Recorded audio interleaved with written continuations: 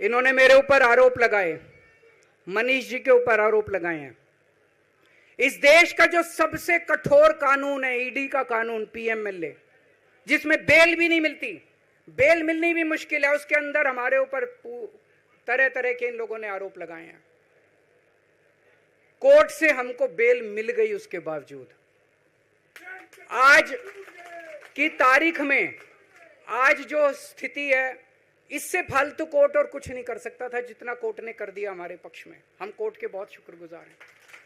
Court ने हमें bell दे दी, अभी बेल तक ही दे सकता था। अब ये केस चलेगा। मैंने वकीलों से पूछा, मैंने कहा मेरा दिल कहता है कि जब तक ये मैं कोर्ट से बरी होके ना आ जाऊं तब तक मैं सीएम की कुर्सी पे नहीं बैठूंगा। उन्होंने कहा जी ये 10 साल चलेगा केस, कोई कह रहा है 15 साल चलेगा केस, कोई कह रहा है 20 साल चलेगा केस। तो केस ये अभी लंबा चलेगा। आज कोर्ट जितना कर सकता था, कोर्ट ने हमारे पक्ष में निर्णय लिया है, हमें बेल दे दी। उन्होंने ऐसे कानून में जिसमें बेल मिलनी नामुमकिन होती है, उन्होंने बेल दे दी। आज मैं आपकी अदालत में आया हूं, जनता की अदालत में आया हूं, आपसे पूछने के लिए आया हूं, क्या आप केजरीवाल को ईमानदार मानते हो कि गुनहगार मानते हो?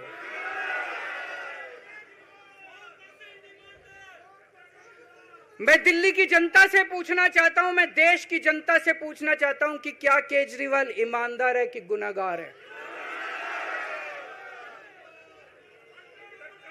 दोस्तों, 2 दिन के बाद, आज से 2 दिन के बाद मैं सीएम की कुर्सी से इस्तीफा देने जा रहा हूं।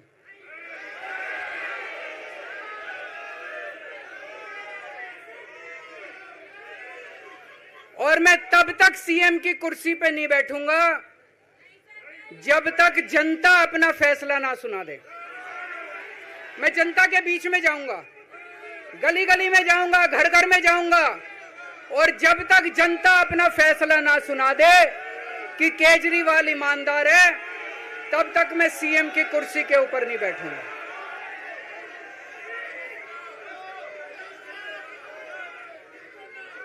आज से कुछ महीने बाद चुनाव है, दिल्ली के चुनाव है।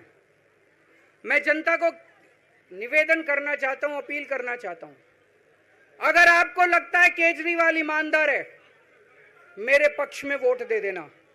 अगर आपको लगता है केजरीवाल गुनहगार है, मेरे को वोट मत देना। आप अगर मेरे को, आपका एक एक वोट मेरी ईमानदारी का सर्टिफिकेट होगा। अगर आप मेरे को वोट देके जिताओगे और अगर आप कहोगे कि केजरीवाल ईमानदार है, तो चुनाव के बाद, उसके बाद जाके मैं सीएम की कुर्सी पे बैठूंगा। तब तक मैं सीएम की कुर्सी पे नहीं बैठूंगा।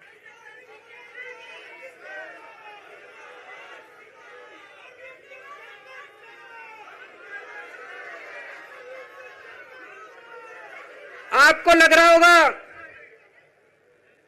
अभी अभी जेल से रिहा होके आया है, ये कैसा क्यों बोल रहा है? अभी अभी जेल से रिहाई होके आया है, अब ये इस्तीफा क्यों दे रहा है?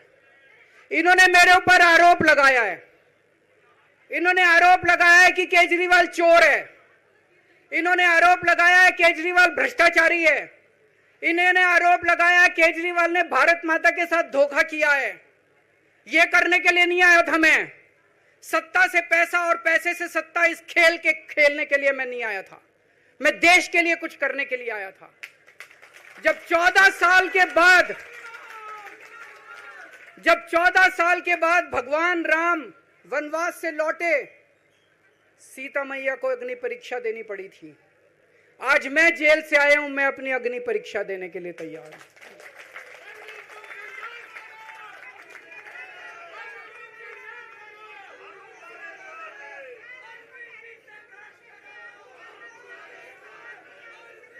ये कुछ लोग बोल रहे हैं सुप्रीम कोर्ट ने कुछ कंडीशंस लगाई हैं, काम नहीं कर पाएंगे। पिछले 10 साल में इन लोगों ने कंडीशन लगाने में कोई कसर छोड़ी थी? एलजी साहब ने कंडीशन लगाने में कोई कसर छोड़ी थी? केंद्र सरकार ने 1 कानून, 2 कानून, 3 कानून, कानून पे कानून डाल के मेरी पावर छीन ली, पर आपके काम बंद नहीं होने दिए मैंने। ये कंडीशन हमारे लिए कोई वो नहीं रखती, कोई हमारे लिए अड़चन पैदा नहीं करती ये कंडीशन। इन कंडीशन को भी देख लेंगे।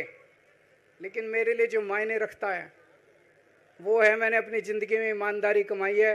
अगर आपको लगता है केजरीवाल ईमानदार है, जम के वोट दे देना मेरे पक्ष में। चुनाव के बाद सीएम की कुर्सी पे जाके बैठूंगा।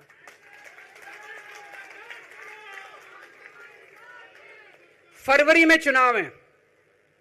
आज इस मंच से मैं मांग करता हूं कि ये चुनाव नवंबर में कराए जाएं, महाराष्ट्र के साथ कराए जाएं, तुरंत कराए जाएं चुनाव। और जब तक आपका फैसला नहीं आएगा तब तक मैं जिम्मेदारी नहीं संभालूंगा। और मैं जब तक चुनाव नहीं होते, मैंने जैसे बताया 2 दिन के बाद मैं अपना इस्तीफा दूंगा। जब तक चुनाव नहीं होते तब तक मेरी जगह आम आदमी पार्टी से कोई और मुख्यमंत्री बनेगा। अगले 2-3 दिन के अंदर विधायक दल की मीटिंग होगी और विधायक दल की मीटिंग में अगले मुख्यमंत्री के नाम का तय किया जाएगा। मैं मनीष जी से बात कर रहा था। जो पीड़ा मेरे मन में है वो पीड़ा मनीष जी के मन में भी है। इनके लिए भी वही सब कहा गया जो मेरे लिए कहा गया है।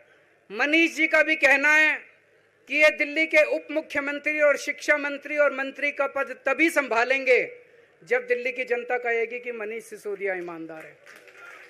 तो मैं और मनीष सिसोदिया हम दोनों का फैसला आपके हाथ में है, जनता के हाथ में है।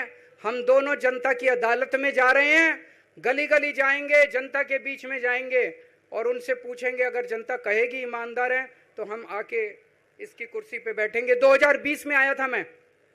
2020 में मैंने कहा था, मैंने अगर काम किया हो तो मेरे को वोट देना और काम नहीं किया हो तो वोट मत देना। कहा था कि नहीं कहा था?